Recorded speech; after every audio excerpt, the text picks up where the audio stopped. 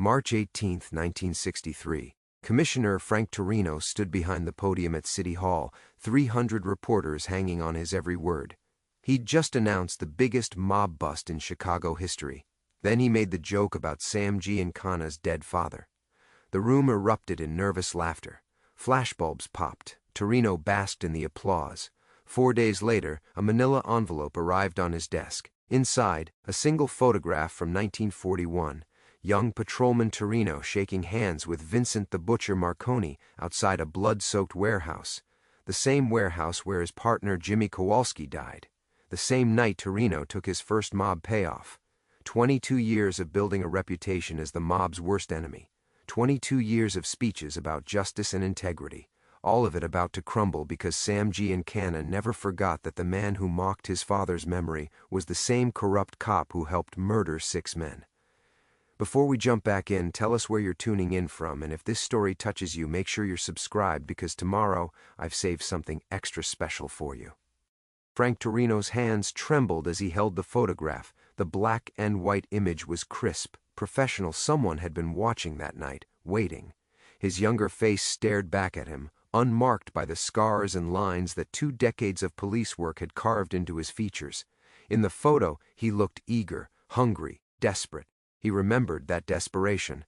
March of 1941, when Mary was pregnant with their first child and his patrolman's salary couldn't cover the doctor bills.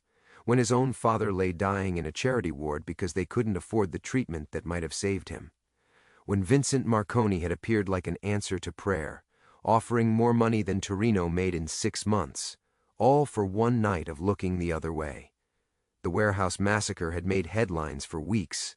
6 members of the O'Brien crew found executed, professional hits every one. Jimmy Kowalski, his partner, had stumbled onto the scene early. Jimmy, with his Catholic guilt and Boy Scout morals, would have called it in immediately, would have started asking questions Marconi didn't want answered. So Jimmy had to die too. Torino set the photograph down and walked to his office window. 23 floors below, Chicago sprawled in the late afternoon shadows. His city. The city he'd sworn to protect had genuinely protected for over 2 decades. The corruption of that one night had burned in his gut like acid, driving him to be better, to be the cop Jimmy would have wanted him to be. But Sam Giancana didn't care about redemption. The press conference had been a mistake. Torino knew it the moment the words left his mouth. Maybe if Giancana's old man had taught him some respect for the law instead of how to count dirty money, we wouldn't be here today. The joke had gotten the laugh he wanted, but he'd seen something shift in the back of the room. A reporter with dead eyes who hadn't laughed at all. Not a reporter. One of Giancana's people. Torino's secretary knocked and entered without waiting. "Commissioner, your wife called. Dinner's at 7, and she said don't be late again." Margaret, 40-year marriage, 3 kids, 7 grandchildren. She'd built her entire social standing on being the police commissioner's wife. The charity events, the political dinners, the carefully orchestrated public appearances that had helped build his legend. What would happen to her when this photograph found its way to the Tribune, to the Sun-Times? What would happen to all of them? "Tell her I'll be there," he said. His secretary hesitated. "Sir? Are you feeling all right? You look pale." Torino forced his politician's smile. "Just tired, Helen. Long day." After she left, he opened his desk drawer and pulled out the .38 he'd carried for 38 years. The weight felt foreign in his hands now, ceremonial. When was the last time he'd drawn it in anger? When was the last time he'd been in real danger? Not since 1941. He thought about calling Captain Morrison, his most trusted lieutenant. Morrison had been with him for 15 years, had helped plan half the raids that built Torino's reputation. But Morrison was clean, believed in the legend. How could Torino explain that everything Morrison respected about him was built on blood money and a dead partner's silence? The phone rang. Torino's blood froze as he recognized the voice. "Hello, Commissioner. I trust you received my package." Sam Giancana's voice was soft, almost gentle, like a priest taking confession. "What do you want?" Torino kept his voice steady. "Want?" Giancana chuckled. "I want my father's good name restored. I want you to stand in front of those same reporters and apologize for disrespecting a man who worked 16-hour days in a steel mill to feed his family, who never took a dishonest dollar in his life." Torino said nothing. "But what I need," Giancana continued, is much simpler. I need people to understand that actions have consequences. That a man who builds his reputation on lies shouldn't mock the dead. How many copies? Enough. Giancana. Listen. No, you listen, Bulldog. The gentleness vanished from Giancana's voice. You had 22 years to come clean. 22 years to honor Jimmy Kowalski's memory. Instead, you built a career on his grave, made yourself into some kind of hero while his widow struggled to raise 3 kids on a patrolman's pension. The line went quiet for a long moment. She's still alive, you know, Giancana said finally. Mrs. Kowalski lives on the south side, not far from where her husband died. Still goes to mass every morning, lights a candle for Jimmy. Still believes he died serving justice. Torino's mouth went dry. You leave her out of this. That's up to you, Commissioner. Check tomorrow's mail. The line went dead. Torino stared at the photograph until the faces blurred. Outside his window, the city lights began to flicker on, pushing back the darkness that seemed to be closing in from every direction. 22 years of running from one night. But Sam Giancana had a longer memory than time itself, and he was just getting started. But tonight all he could think about was Mrs. Kowalski lighting candles for a dead hero. The Tudor house on Elm Street sat like a monument to his success-red brick, manicured lawn, the kind of respectability that came with clean money and public service. Margaret's Chrysler gleamed in the driveway, polished to showroom perfection for the charity luncheon she'd attended that afternoon. Through the front windows, warm light painted golden squares on the walkway. Home, sanctuary, everything he stood to lose. He sat in his car for a moment, listening to the engine tick as it cooled. The photograph lay on the passenger seat, face down now, but its presence filled the space like a loaded gun. 22 years of coming home to this house, this woman, this life built on one night's betrayal. How many times had Margaret kissed him at this front door while Jimmy Kowalski's blood was still under his fingernails? The front door opened before he reached it. Margaret appeared in her blue dress, the one she wore to make him remember why he'd fallen in love with her 40 years ago. Her silver hair was perfect, as always, not a strand out of place despite a full day of committee meetings and social obligations. "You're late," she said, but her smile took the edge off the words. "Good thing I made pot roast. It keeps." The smell of home-cooked dinner wrapped around him like an embrace, rosemary and garlic, fresh bread, the lingering sweetness of her perfume. Scents that had welcomed him through decades of long nights and dangerous cases. Scents that reminded him what he'd been trying to protect all those years ago. Margaret. Her name came out rougher than he intended. She studied his face with the practiced eye of a police wife, someone who'd learned to read the weight of his silences. Frank? What is it? How could he tell her? That the charity events she chaired, the country club membership she treasured, the respect she commanded as the commissioner's wife, all of it was about to crumble. That their granddaughter's college fund, their summer house, their carefully constructed life, was built on borrowed time and a dead man's silence. Nothing, he lied, just a long day. She led him to the dining room, where she'd set the table with her mother's china. Candles flickered in silver holders, casting dancing shadows on the wallpaper. The same table where they'd celebrated promotions and holidays, where their children had done homework and brought home report cards, where Torino had announced his appointment as commissioner 15 years ago, while Margaret cried with joy. "Tommy called," she said, spooning gravy over his plate. "He got the job at the law firm. Says having the Torino name didn't hurt." Their youngest son, following his father's path into public service through the district attorney's office. Tommy, who'd grown up believing his father was a genuine hero, who'd built his own reputation on the foundation of his father's legend. "That's good," Torino managed. The pot roast tasted like sawdust in his mouth. Margaret chattered about her day, the hospital board meeting, plans for the policeman's ball next month, their daughter's promotion at the bank. The ordinary rhythms of a life well lived, a marriage built on shared dreams and mutual respect. She'd stood beside him through every campaign, every political battle, every hard decision. She believed in him with the pure faith of someone who'd never seen him doubt himself. But she'd never seen the photograph. "The Kowalski Memorial Fund called," she said, refilling his water glass. "They want you to speak at the dedication ceremony next month. 25 years since he was killed in the line of duty." Torino's fork clattered against the plate. Jimmy Kowalski's memorial, built with donations from cops who believed in the story they'd been told, attended every year by the widow who still lit candles for her hero husband. "Frank?" Margaret's voice carried concern now. "You're white as a sheet." He stood abruptly, his chair scraping against hardwood. "I need some air." The back porch overlooked their garden, where Margaret's roses bloomed in neat rows. The yard was enclosed by a tall fence, private, secure. A place where he'd taught his children to throw a baseball, where he'd held grandchildren on summer evenings, where he'd always felt safe from the violence and corruption that plagued the streets he policed. But Sam Giancana's reach was longer than any fence could protect against, and tomorrow's mail would bring more than just bills and social invitations. It would bring the reckoning he'd been running from for 22 years. "More coffee, dear?" she asked, lifting the pot.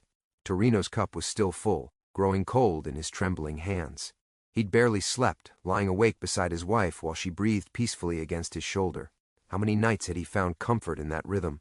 How many mornings had he watched her sleep and felt grateful for the life they'd built together? All of it about to turn to ash.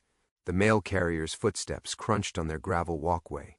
The familiar squeak of the mailbox opening, then closing with a metallic snap that seemed to echo through Torino's chest like a gunshot.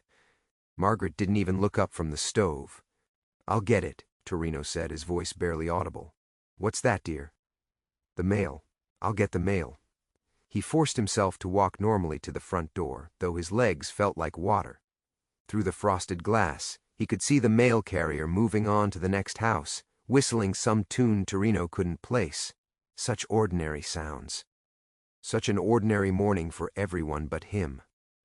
The bundle felt heavier than usual in his hands. Bills, advertisements, a letter from Margaret's sister in Milwaukee, and underneath it all, a manila envelope with no return address. His name and address were typed on a label, professional and anonymous, the kind of envelope that could contain anything, or everything. Torino's hands shook as he tore it open. Inside, a single sheet of paper wrapped around something thicker. He unfolded it slowly, knowing what he would find but hoping against hope that another photograph. This one showed Jimmy Kowalski's body lying in the warehouse doorway, his police hat fallen beside him, dark stains spreading across his uniform shirt. The flash had caught the surprise still frozen on his young face, the betrayal in his dying eyes.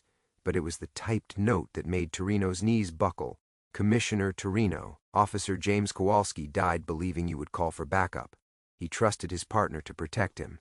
Instead, you watched Vincent Marconi's men execute him for $1,500. Mrs. Rose Kowalski, 1247 South Halsted Street, still doesn't know her husband died because his partner was bought and paid for. She deserves the truth, don't you think? The Tribune will receive copies of both photographs tomorrow unless you do the right thing tonight. Tell her yourself. Make it clean. Let her hear it from the man Jimmy trusted with his life. You have until midnight." A friend the paper fluttered to the floor as Torino's vision blurred. 22 years of nightmares had prepared him for many things, but not this. Not having to look into Rose Kowalski's eyes and destroy the only thing that had sustained her through decades of widowhood, her faith in her husband's heroic death. "Frank?" Margaret's voice called from the kitchen. "Everything all right out there?" He tried to answer, but no sound came. The walls of his home seemed to be closing in, the familiar furniture and family photographs becoming foreign, hostile. The life he'd protected through silence was dissolving around him, and there was nowhere left to run. "Frank?" Closer now, concerned. He managed to fold the photograph and slip it into his jacket pocket just as Margaret appeared in the hallway. Her eyes went immediately to his face, reading the signs she'd learned to recognize over 4 decades of marriage. "You look terrible. Are you sick?" "I have to go out," he said, his voice hoarse. "Something's come up, but you haven't had breakfast. And the mayor's calling at 10 about the budget meeting. Tell him I'll call back." Margaret stepped closer, her hand reaching toward his forehead to check for fever. He flinched away from her touch, unable to bear the gentle concern in her eyes. This woman who'd loved him completely, who'd built her life around his success, who still looked at him like he was the hero she'd married. "Frank, you're scaring me. What's wrong?" "Everything," he wanted to say. "Everything you believe about me is a lie.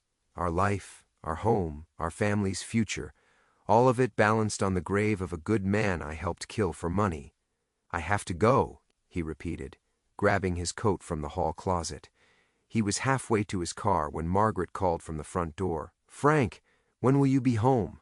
He stopped, his hand on the car door handle, and looked back at the house, at his wife silhouetted in the doorway, at the windows where their grandchildren had pressed their faces waiting for Grandpa to come home from work, at the life that would be over by midnight. "I don't know," he said. And for the first time in 22 years, Frank Torino was telling the absolute truth. The parking garage beneath headquarters had always been his sanctuary, underground, secure, surrounded by the institutional concrete that represented law and order. But today the shadows seemed longer, the echoes of his footsteps sounding like accusations bouncing off the walls. Even here, in the heart of his domain, he couldn't escape the feeling that he was being watched. "Morning, Commissioner." Officer Rodriguez nodded respectfully as Torino badged through the security checkpoint, the same greeting he'd received for years, but now it felt like mockery. How long before Rodriguez and every other cop in the building looked at him with disgust instead of deference? The elevator ride to the 23rd floor lasted an eternity.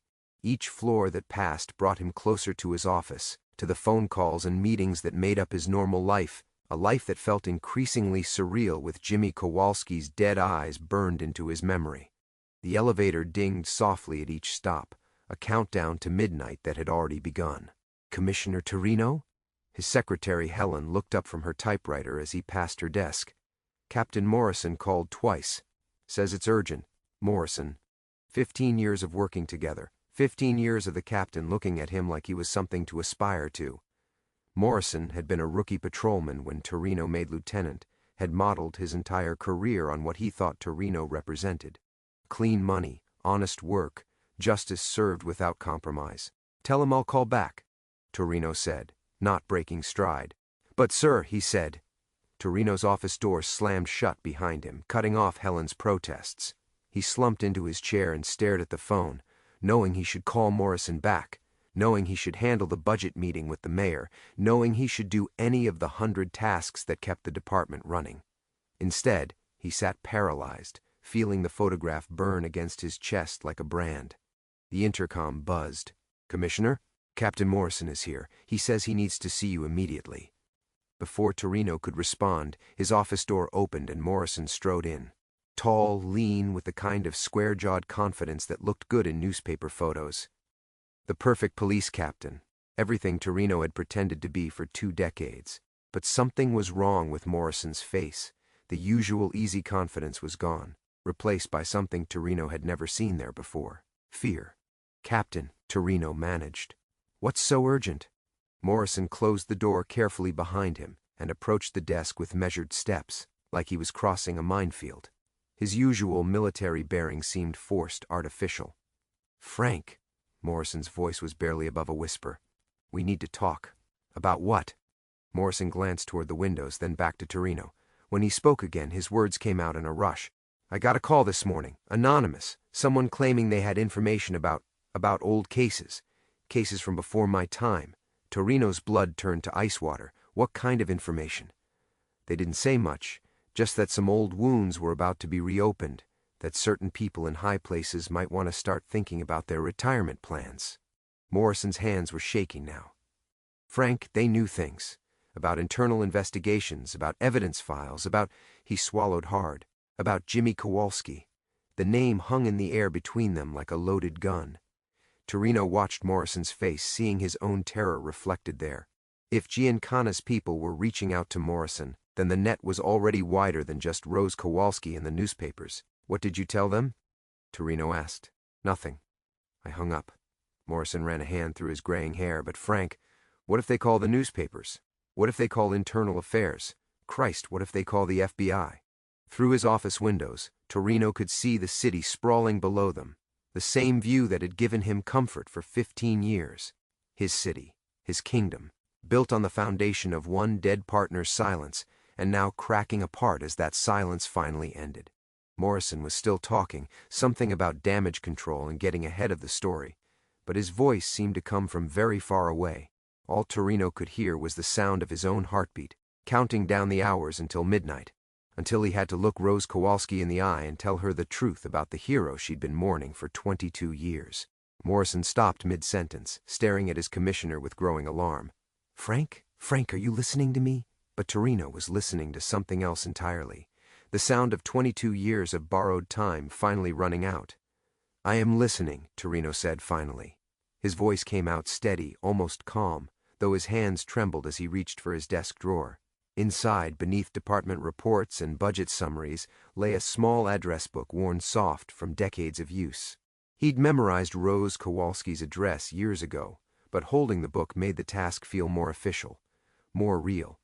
Morrison leaned forward, desperation creeping into his voice. "Then tell me what we're going to do. If this gets out, Frank, it doesn't just destroy you. It destroys everyone who's ever worked under you, everyone who's built their career believing in what you represent." He gestured toward the commendations lining the walls, the photographs of Torino with 3 different mayors, with the governor, with the FBI director. All of this becomes a lie. All of this already is a lie. The thought cut through Torino like broken glass. Every handshake in those photographs, every medal pinned to his chest, every time he'd looked a grieving family member in the eye and promised justice, all of it built on Jimmy Kowalski's blood money. Morrison was wrong about one thing, though. It wouldn't destroy everyone who'd worked under him. It would destroy everyone who believed in him. "Captain." Torino closed the address book and looked directly at Morrison for the first time since the conversation began. "I need you to clear my schedule for the day. Clear your Frank. We need to strategize. We need to figure out what they know, what they can prove. We need lawyers. We need nothing." Torino stood slowly, his legs unsteady but his voice gaining strength. "There is no we in this, Morrison. Whatever's coming, it's mine to handle." Morrison's face went white. "Jesus Christ, Frank. It's true, isn't it? Whatever they're threatening you with, it's real." The silence stretched between them like a chasm. Torino could see the exact moment when Morrison's faith cracked, when the hero worship died in his eyes and was replaced by something far worse than anger. Disappointment. The look of a man watching his mentor reveal himself as a fraud. "Get out," Torino said quietly. "Frank, I can help you. Whatever happened back then, we can figure out how to—" "I said get out." Morrison stood frozen for a moment, then moved toward the door with mechanical steps. He paused with his hand on the knob, not turning around. "My father-in-law was a beat cop when Jimmy Kowalski died. He used to tell stories about what a hero Kowalski was, how he died trying to stop some robbery." His voice cracked slightly. "My kids know those stories." The door clicked shut with the soft finality of a coffin lid closing. Alone now, Torino sank back into his chair and pulled the photograph from his pocket. Jimmy Kowalski stared up at him with dead eyes, forever young, forever trusting. The warehouse floor around him was dark with blood that had taken 22 years to dry. $1,500. That's what Vincent Marconi had paid him to look the other way while they executed the cop who'd been getting too close to their operations. $1,500 that had seemed like a fortune to a patrolman supporting a young wife and dreaming of detectives' gold. Money that had bought Margaret's engagement ring, their first apartment, the down payment on their starter home. He'd told himself it was just information. That all he had to do was make sure he and Jimmy took the warehouse call alone, without backup. Marconi had assured him they just wanted to scare Kowalski, to send a message about cops who didn't know when to look the other way. But Marconi had lied. And when the guns came out, when Jimmy turned to his partner with confusion and then terror in his eyes, Torino had stood frozen, not from fear but from the terrible realization that he'd already chosen his side the moment he took the money. The intercom buzzed. "Commissioner? Mrs. Torino is online too. Says it's important. Margaret." Sweet, trusting Margaret, who still believed her husband was the man she'd married 40 years ago, who probably wanted to remind him about dinner with the Aldersons tonight, or their grandson's baseball game tomorrow. Normal life continuing to spin forward while his world collapsed. "Tell her I'll call back," he said. But even as he spoke the words, Torino knew he was lying. Because in 7 hours, he would be sitting in Rose Kowalski's living room, destroying her faith in her dead husband's heroism. And after that, there would be no more phone calls to return. No more dinners to attend, no more pretending that Frank Bulldog Torino had ever been anything more than a killer with a badge. Kerner, who'd been Vincent Marconi's cousin, The revelation hit Torino like a physical blow. How had he never seen it? How had he spent 22 years believing he was the only dirty cop in that warehouse, the only one who'd sold his soul for mob money? The investigation had been rigged from the start, not just to protect Torino, but to bury the truth so deep it would never surface. He grabbed the phone with shaking hands and dialed information. Chicago, Kerner, Vincent, on Ashland Avenue. I have a fifth Kerner at 3247 South Ashland. Would you like me to connect you? Yes. The phone rang 4 times before a gravelly voice answered. Kerner. Vinny. Torino's throat felt like sandpaper. It's Frank Torino. A long pause. When Kerner spoke again, his voice was carefully neutral. Commissioner, been a while. We need to talk. About what? You know about what. Another pause, longer this time. In the background, Torino could hear the sound of a television, normal domestic life continuing while his world crumbled. Frank, some conversations are better left in the past. The past just caught up with us. Torino closed his eyes. Someone sent me a photograph of the warehouse. The silence stretched so long that Torino wondered if the line had gone dead. When Kerner finally spoke, his voice was barely a whisper. Jesus Christ, after all these years, you knew this day would come. I hoped, Kerner's voice cracked. I thought maybe we'd gotten away with it, that maybe Jimmy could rest in peace as a hero instead of what really happened. What really happened? The words hung between them like a confession. Torino felt the last of his illusions crumble. He'd spent decades believing he was uniquely guilty, that everyone else involved had been innocent or manipulated, but Kerner had known, had always known. How many others? Torino asked. Others what? How many other cops were on Marconi's payroll? How many of us sold out Jimmy Kowalski? Kerner's bitter laugh cut through the phone line. You still don't get it, do you? After 22 years, you still think this was about dirty cops taking mob money. What else would it be about? Frank. Kerner's voice took on the patient tone of a teacher explaining something to a slow student. Jimmy wasn't getting close to Marconi's operations by accident. Internal Affairs had him working undercover for 6 months. He was supposed to identify which cops were on the take. The words hit Torino like bullets. Jimmy hadn't been an honest cop in the wrong place at the wrong time. He'd been hunting dirty cops. Hunting him. That's impossible, Torino whispered. Jimmy was my partner. He would have told me he was going to. The warehouse was supposed to be his last assignment before they pulled him out. He was going to arrest you the next morning, Frank. Marconi's money, the tip about staying away from backup calls, all of it. Jimmy had you dead to rights. Torino's vision blurred. Every conversation with Jimmy over those final weeks suddenly took on new meaning. The careful questions about which calls they handled alone. The way Jimmy had started carrying his notebook everywhere, writing down details that seemed unimportant at the time. The way he'd looked at Torino that last night, not with friendship, but with something that might have been pity. So Marconi had him killed, Torino said. We all had him killed. Kerner's voice was hollow now. I told Marconi about the investigation. You led Jimmy into the warehouse alone, and Marconi's shooters were waiting. The photograph in Torino's pocket seemed to burn against his chest, Jimmy's face frozen in eternal surprise, but now Torino understood what that expression really was. Not confusion at finding armed criminals, but the terrible realization that his own partner had led him to his death. I need to know who else, Torino said. What difference does it make now?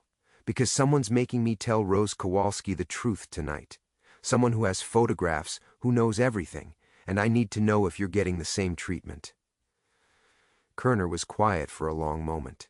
When he spoke again, his words carried the weight of 22 years of guilt.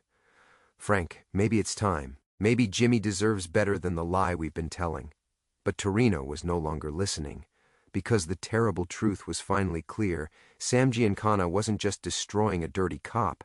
He was unraveling a conspiracy that had murdered an undercover police officer and turned him into a false hero to cover their tracks. And somewhere in the city, Rose Kowalski was still waiting to learn that her husband had died not as a hero, but as a sacrifice to corruption so deep it had poisoned everything she'd believed about justice itself. The intercom buzzed again. Commissioner? Captain Morrison is back. He says, no calls, no visitors. Torino's voice came out as a croak. Nothing until I say otherwise. But even as he spoke, he knew isolation wouldn't save him. Giancana's web was already tightening, and every thread led back to that warehouse 22 years ago. The mob boss wasn't just seeking revenge for a cruel joke. He was orchestrating the complete destruction of everyone who'd participated in murdering a cop. Torino opened his desk drawer again, this time pulling out a service revolver he hadn't touched in years. The weight felt alien in his hands, heavier than he remembered. For a moment he wondered if this was how it would end, not with public disgrace and criminal charges, but with a single gunshot in the commissioner's office. A final act of cowardice disguised as redemption. But no, running away now wouldn't change what he'd done to Jimmy, wouldn't undo the 22 years of lies he'd built on his partner's grave, and it wouldn't save Rose Kowalski from learning the truth about the man she'd mourned as a hero. He put the gun away and reached for the phone again. This time he dialed a number he'd memorized decades ago, but never expected to use. Marconi residence. The voice was crisp, professional. Vincent Marconi's butler, probably, or his bodyguard pretending to be one. "This is Frank Torino. I need to speak with Mr. Marconi immediately. I'm sorry, but Mr. Marconi is—" "Tell him it's about Jimmy Kowalski. Tell him the photographs have surfaced." The line went quiet, except for muffled conversation in the background. When the voice returned, the professional courtesy was gone. "Hold the line." Torino waited, listening to his own heartbeat echo through the phone. Outside his office windows, Chicago continued its relentless motion traffic flowing through the streets like blood through arteries, people living their lives without knowing that the foundations of their faith in justice were cracking apart. Torino. Vincent Marconi's voice carried the weight of 73 years, but still held the steel that had made him one of the most feared men in Chicago. "I thought you were smarter than this. Someone has photographs of the warehouse, Vincent. They know everything. I know what they know." Marconi's tone suggested this wasn't news. "The question is what you plan to do about it." The casual admission hit Torino like a slap. "You knew? You knew Giancana had evidence? Sam's been sniffing around that old business for months, ever since you made your little joke about his father." Marconi chuckled, but there was no humor in it. "Did you really think there wouldn't be consequences? That you could humiliate a man like Giancana in public and walk away clean?" Torino's free hand clenched into a fist. "Those photographs could destroy all of us. You, me, Corner, everyone who was involved. No, Frank, they can destroy you. I'm an old man with terminal cancer. What's Sam going to do, make me die slower? And Kerner—" Another dry laugh. "Kerner's been drinking himself to death for 20 years. This might actually be doing him a favor." The line crackled with static, filling the silence as Torino absorbed the truth. He was alone. The conspiracy that had protected him for 2 decades was crumbling, and the men who'd helped build it were cutting him loose without hesitation. "There's still time," Torino said desperately. "We can figure out what Giancana wants, what it would take to make this go away. What he wants is simple." Marconi's voice grew cold. "He wants you to suffer the way he suffered. He wants your reputation destroyed the way you tried to destroy his. And he wants everyone to know that Frank Bulldog Torino, the great champion of justice, is nothing but a corrupt killer with a badge." The words hung in the air like a death sentence. Through his office door, Torino could hear the normal sounds of police headquarters continuing, phones ringing, typewriters clacking, officers discussing cases that mattered to people who still believed in justice. A world he'd never truly belonged to, built on foundations he'd helped corrode. "Why, Jimmy?" The question tore itself from Torino's throat without permission. "If you knew he was undercover, if you knew he was going to arrest me, why kill him? Why not just transfer him or discredit him or—" "Because," Marconi said with the patience of a man explaining something obvious, "dead heroes don't ask questions. Dead heroes don't remember the faces of the dirty cops they were hunting. Jimmy Kowalski was more useful to us as a martyr than he ever would have been as a witness." The line went dead, leaving Torino alone with the terrible mathematics of murder, one honest cop's life traded for 22 years of borrowed time. Time that had finally run out. "Dead heroes don't ask questions." Marconi's words echoed in the silence, each syllable a nail in the coffin of everything Torino had told himself about that night.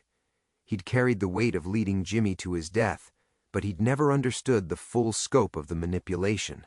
They hadn't just killed a cop. They'd manufactured a saint to hide their sins. The intercom buzzed insistently.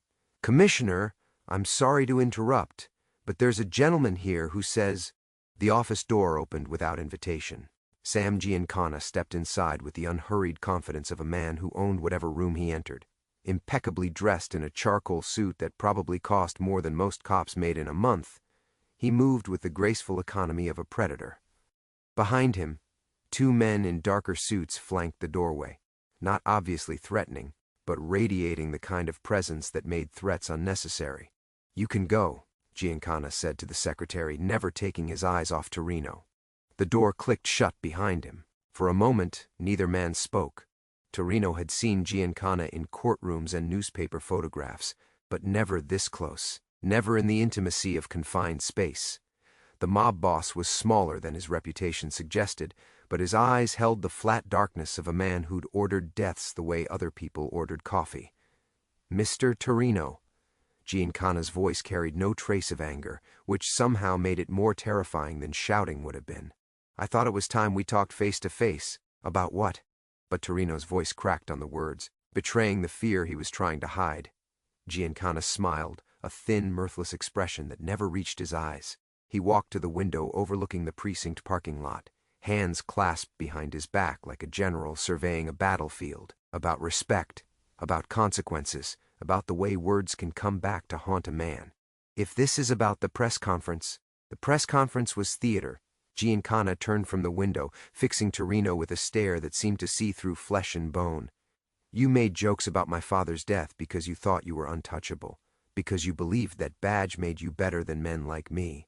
The photograph was still burning against Torino's chest, Jimmy's dead eyes bearing witness to this confrontation across 22 years. "What do you want?" "Justice." The word hung in the air between them like a blade, something you've spent decades pretending to serve while covering up the murder of a good cop. Torino's mouth went dry. "I don't know what you're talking about." Giancana reached into his jacket slowly, deliberately, and withdrew a manila envelope. He placed it on Torino's desk with the reverence of a priest handling a sacred relic. Officer James Kowalski, age 28 when he died, married to Rose, father to Sarah, killed March 15, 1941, while conducting an undercover investigation into police corruption.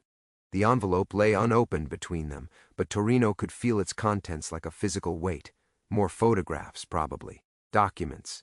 Evidence that would destroy not just him, but the carefully constructed lie that had made Jimmy Kowalski a hero. How? The question escaped before Torino could stop it. Vincent Marconi's cancer made him sentimental in his final months. Giancana's smile widened slightly. Amazing what dying men will confess when they want to clear their consciences.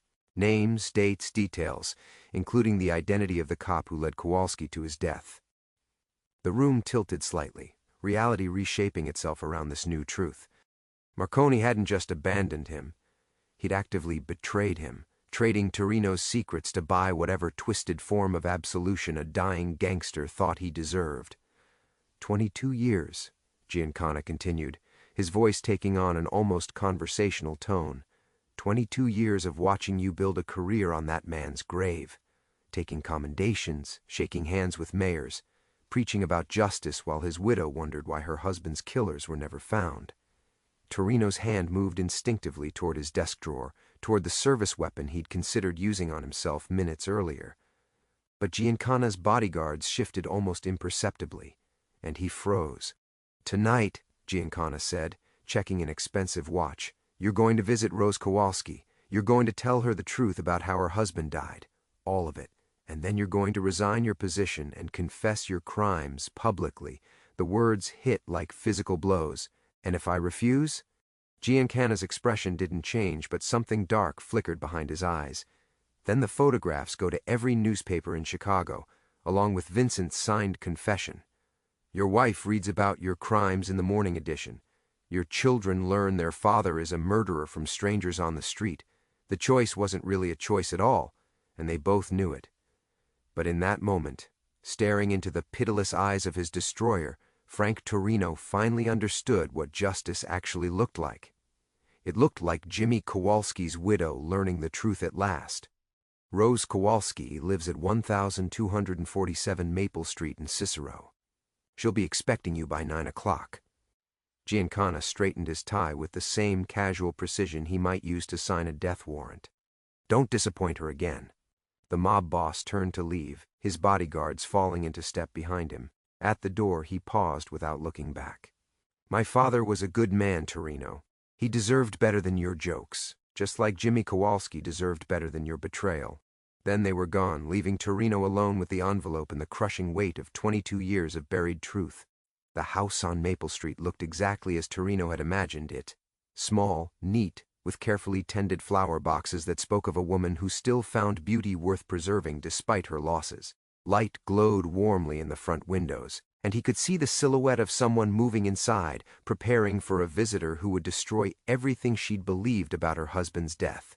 Torino sat in his unmarked car for nearly 10 minutes, engine off, watching that peaceful domestic scene and wondering if he had the courage to shatter it.